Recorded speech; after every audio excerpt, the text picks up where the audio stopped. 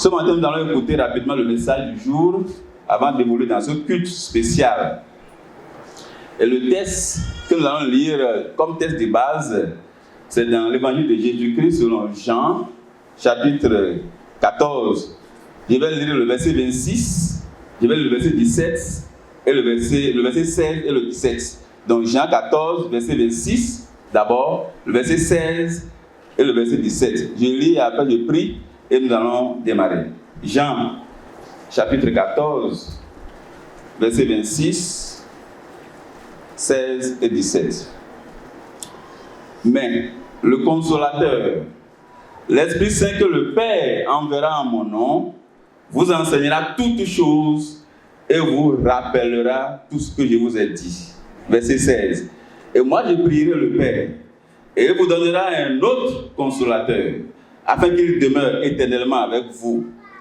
Et l'Esprit de vérité, que le monde ne peut recevoir, parce qu'il ne le voit point et ne le connaît point. Mais vous le connaissez, car il demeure avec vous et il sera avec vous. Alléluia. Prions le Seigneur. Notre Père, nous bénissons ton nom qui est puissant, que nous célébrons ce jour. Viens et parle à nos cœurs. Viens et déploie dans nos vies, Seigneur. Viens et éclaire, Seigneur, comme une lampe éclaire notre vie ce matin. Et fais de grandes choses, Seigneur, extraordinaires, extraordinaires, extraordinaires. Nous voulons voir de l'extraordinaire. Quelqu'un est venu assis pour voir de l'extraordinaire. Un jeune homme, une jeune fille est là pour voir de l'extraordinaire. Une famille entière est là pour voir de l'extraordinaire. Manifeste-toi au milieu de nous. Sois béni du bout en bout. Donne gloire à ton beau nom. Au nom de Jésus, nous avons ainsi prié. Amen, amen. Ce matin, nous parlons sur le titre « Nécessité de préférer la personne la plus importante sur terre ». Nécessité de préférer la personne la plus importante sur terre. Nécessité de préférer la personne la plus importante sur terre. Sur la terre, regorge de plusieurs personnes qui se taillent la part d'un statut social, se donnant ainsi une personnalité. Et quand ils le font, ou bien quand elles le font, c'est pour faire accourir les autres vers elles. Il y a des gens dans notre monde qui se taillent la part d'un statut social. Et quand ils se mettent à ce statut social, l'objectif, c'est pour se faire une personnalité et faire accourir les autres vers elles. Un peu partout autour de nous, dans le monde, certaines personnes dans les affaires d'État se voient élevées en majesté, voulant toujours faire accourir les autres vers leurs personnes. D'autres qui occupent des positions très élevées à l'échelle mondiale, eux aussi veulent aussi communiquer sur l'importance de leur personne.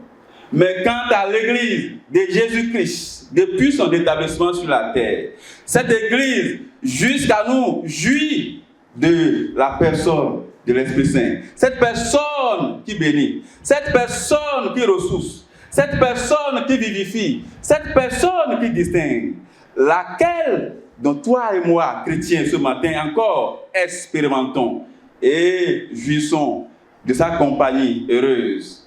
Il est pour toi, il est pour quelqu'un, il est pour nous, à jamais nécessaire de préférer la personne la plus importante sur terre, c'est-à-dire le Saint-Esprit. Et qu'est-ce qui fait cette nécessité? Je veux dire, si on dit qu'il faut préférer la personne de l'Esprit Saint, il faut préférer sa compagnie, il faut préférer sa personne. Mais qu'est-ce qui fait cette nécessité? 3 éléments de réponse seront donnés dans notre message que nous allons développer. Le message sera développé en 3 points. Et dans le premier point, je vais donner l'exemple d'une petite fille depuis Londres. Dans les 2 qui suivent, le 2 et le 3, je donne l'exemple de l'église primitive, c'est-à-dire les apôtres. Et je vais tirer une conclusion illustrative.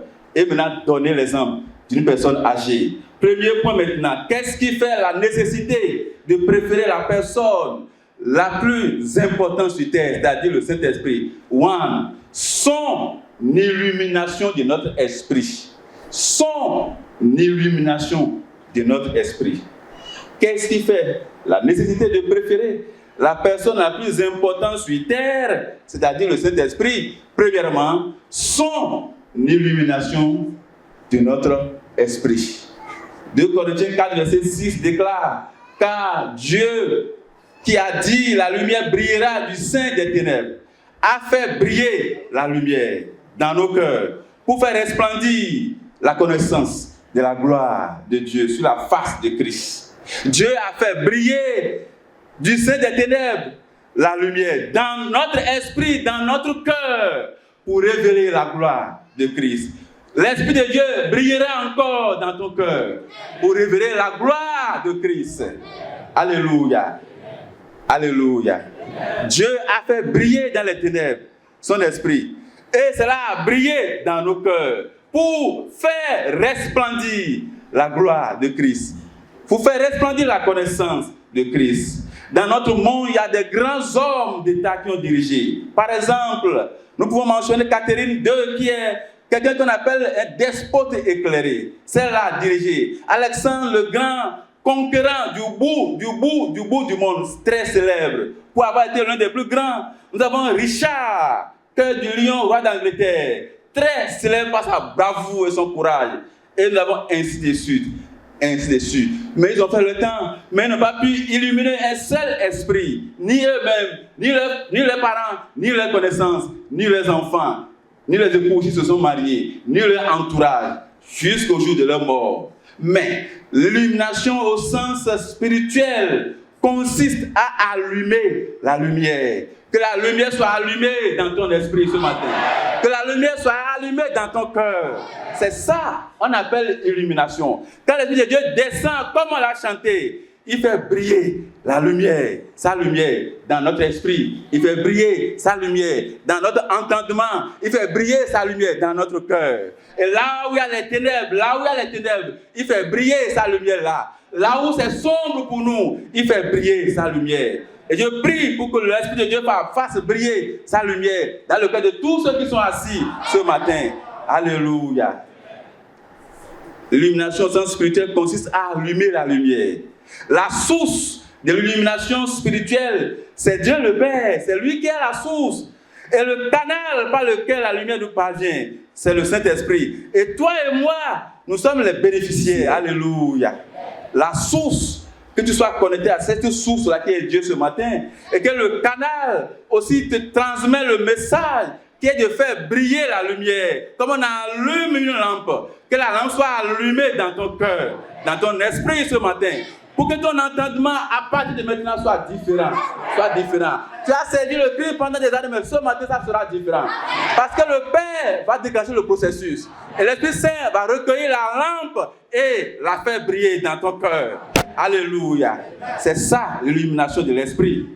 Amen. Et quand il le fait, c'est que nous avons la connaissance claire de Christ, de sa gloire, de ce que nous faisons, du fait que nous le servons. La connaissance claire de Dieu, la connaissance claire de Christ et de son esprit, la connaissance claire de sa parole. Toi qui es là, tu as la connaissance claire de la parole de Dieu. Tu as la connaissance claire de l'esprit de Dieu et la connaissance claire du Dieu lui-même. C'est lui la source. Et je prie qu'il déclenche le processus avec quelqu'un et que le Saint-Esprit qui est le pont regarde la lampe et la fait briller dans nos cœurs ce matin. Alléluia. Et pour être là, nous devons prendre le Saint-Esprit personnellement. Nous devons prendre le Saint-Esprit personnellement. Quand les gens viennent à l'église, ils sont toujours dans le nous. Ah, nous avons prié. Nous avons entendu. Ah, nous avons... Non, il faut dire, le Saint-Esprit m'a fait ceci. Mais il faut faire l'expérience d'abord. Alléluia.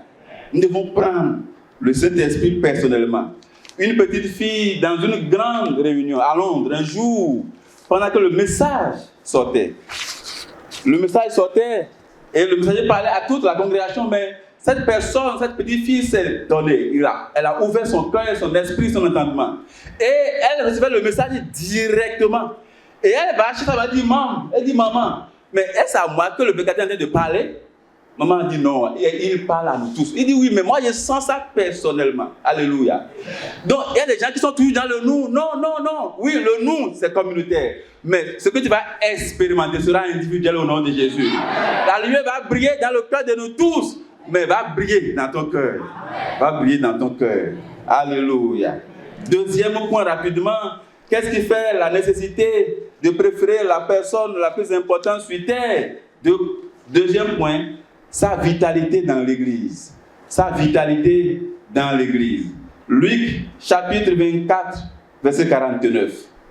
Luc chapitre 24, verset 49 dit: et voici, j'enverrai sur vous ce que mon Père a promis, mais vous restez dans la ville jusqu'à ce que vous soyez revêtus de la puissance d'en haut. Amen. L'Église primitive était rendue vitale par l'autorité de l'Esprit. Il dit, restez dans la ville jusqu'à ce que vous soyez revêtus de la puissance d'en haut. Restez dans la ville. Restez là où il dit d'attendre. Restez là-bas jusqu'à ce que vous soyez revêtus de l'autorité d'en haut.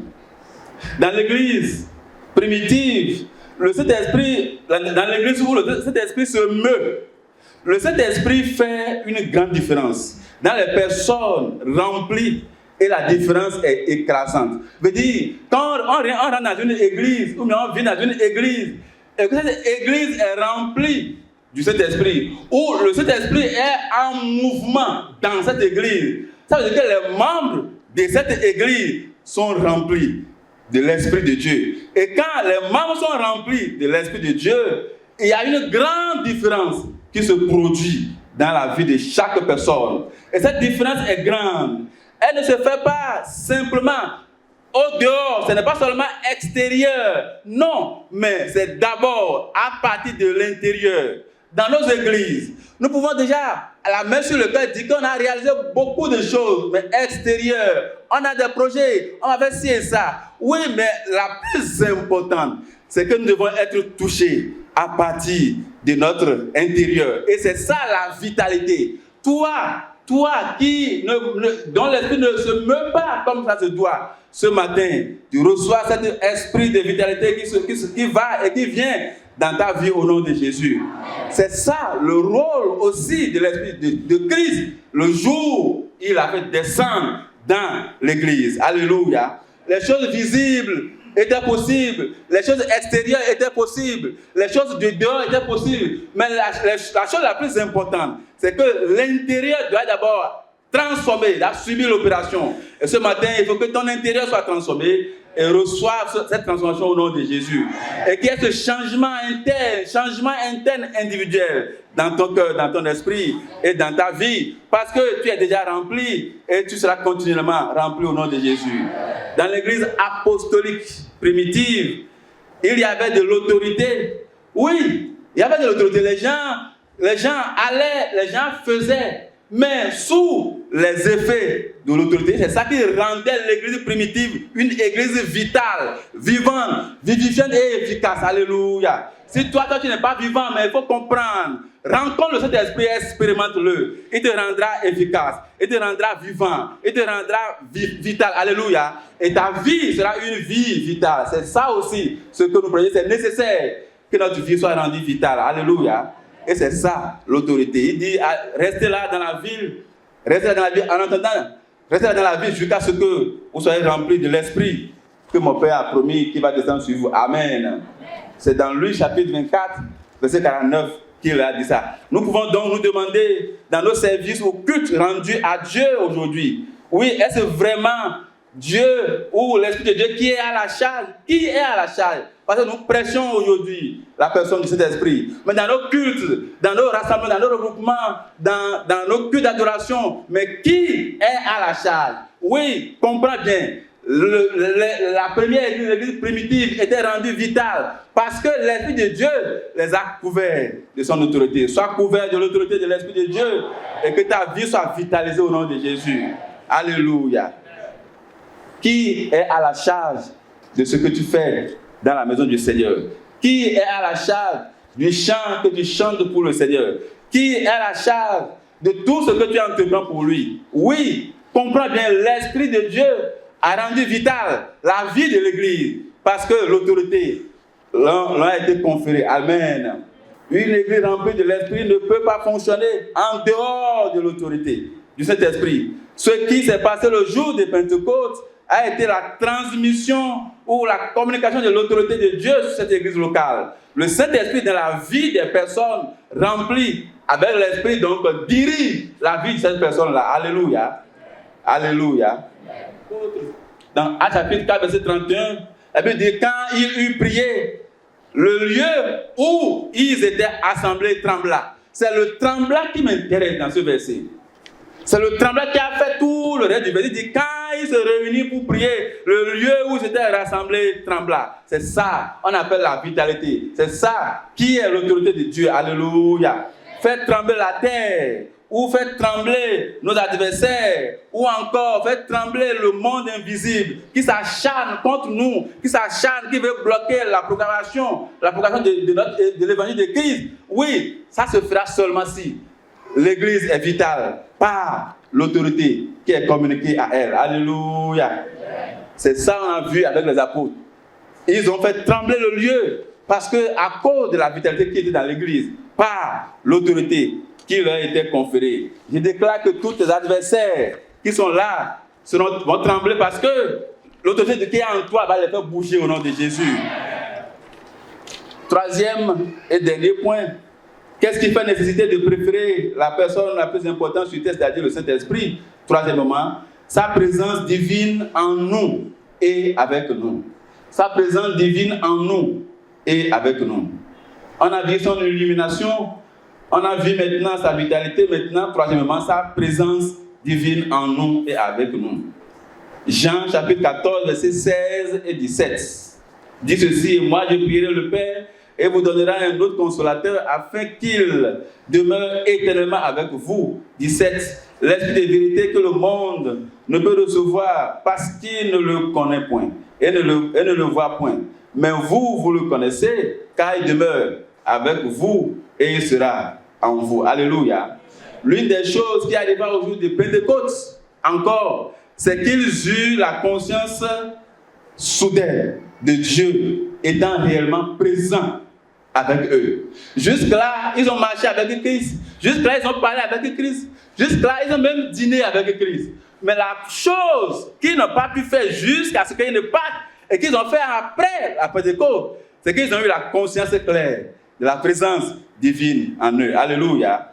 L'Esprit de Dieu est Dieu. Et quand il entre en quelqu'un, il marque la conscience de la personne clairement que Dieu est entré dans cette personne-là. Que Dieu est au contrôle de la vie de cette personne-là. Que Dieu marche avec cette personne-là. C'est ça, la présence divine en nous et avec nous. Et ils n'ont eu qu'à partir du jour de Pentecôte. Ils avaient fait avec Jésus, mais maintenant, ils ont eu la conscience claire que la présence de Dieu est réelle en eux. Alléluia.